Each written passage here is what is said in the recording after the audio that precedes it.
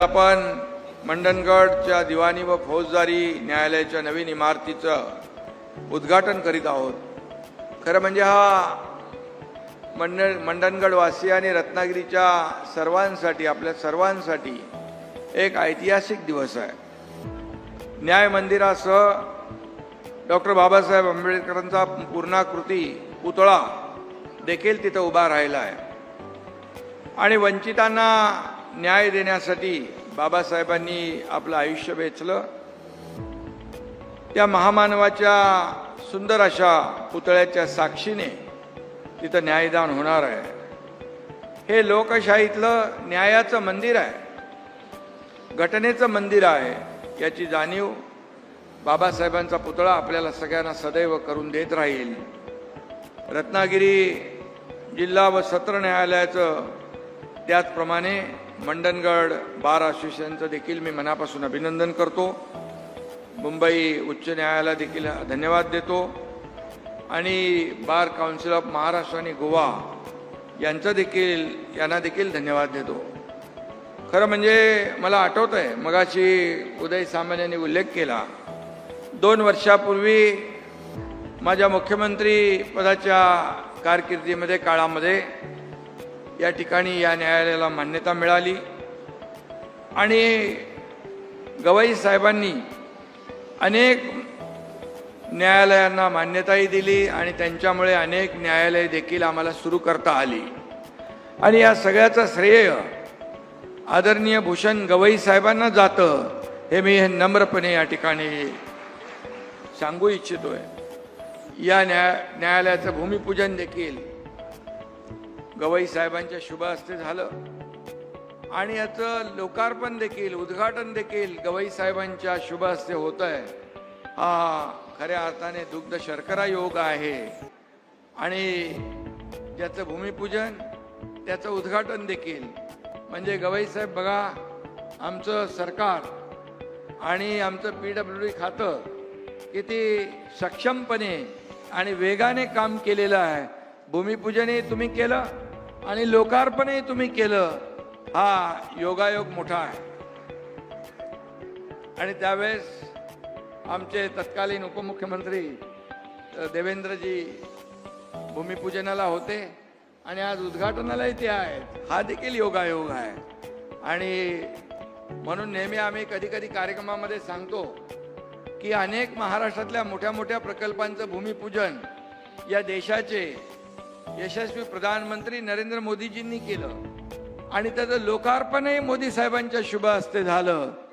यामध्ये लोकांना मोठा दिलासा मिळतो आणि खऱ्या अर्थाने या विकासामध्ये देखील मोठा हातभार लागतो आणि म्हणून पालकमंत्री उदय सामंत यांनी देखील स्वतः लक्ष घातलं याच्यामध्ये आणि त्यामुळे त्यांचंही मनापासून मी अभिनंदन करीन। PWDचं, जिल्हाधिकाऱ्यांचं, इतर सर्वांचं आणि जे कामगार होते म्हणजे भूषण गवई साहेबांचं एवढं बारीक लक्ष आहे की अगदी शेवटचा माणूस, या समाजातला शेवटचा घटक याला न्याय मिळाला पाहिजे असं बाबासाहेबांची संकल्पना होती।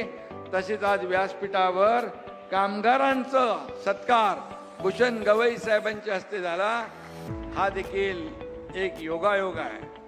आणि या ठिकाणी निष्पृह आणि निरपेक्ष न्याय सर्वसामान्य माणसापर्यंत पोचला पाहिजे असा विशाल दृष्टिकोन बाळगणारे गवई साहेब आज आपल्यामध्ये उपस्थित आहे। खऱ्या अर्थाने बाबासाहेबांचे विचार आणि बाबासाहेबांचे वारसदार असं मी त्यांना मानतो आणि न्याय गावागावामध्ये सर्वसामान्यांपर्यंत पोहोचला पाहिजे ही दूरदृष्टी ठेवणारे सरन्यायाधीश आम्हाला मिळालेत, लाभलेत, हे आमचं सर्वांचं भाग्य आहे, सर्वांचं भाग्य आहे आणि ते महाराष्ट्राचे सुपुत्र आहेत, हे आपलं परम भाग्य आहे आणि याचा देखील सार्थ अभिमान आपल्या सगळ्यांना आहे। एक महाराष्ट्राचा सुपुत्र देशाच्या सरन्यायाधीशपदी जातो आणि या देशभरातल्या शेवटच्या माणसापर्यंत न्याय पोहोचवण्याचं काम करतो। खरं म्हणजे हे महाराष्ट्राचे सुपुत्र आहे, त्याचा तर अभिमानच आहे, परंतु त्यांचा विनम्र स्वभाव, शालीनता आणि जे काही सर्वांना आपलंसं करून घेण्याची जी हातोटी आहे, कोणी त्यांना ओळखीचं दिसलं की त्याला नावाने हाक मारतात, जवळ घेतात।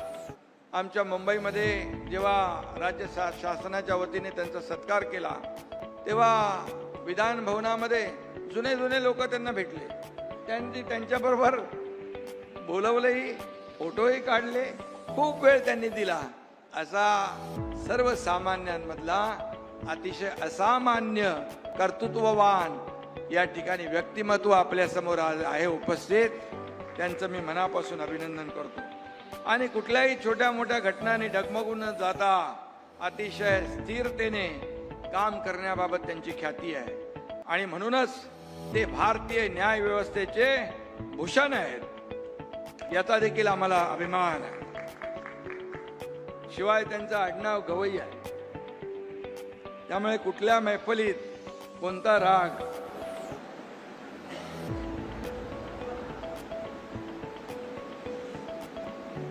आळवावा मी म्हणत नाही। आणि म्हणून त्यांना त्यांची नेमकी जाण आहे कधी कुठला निर्णय घ्यायचा, आणि म्हणूनच त्यांची जी काही लोकप्रियता आहे ते आपण पाहतोय।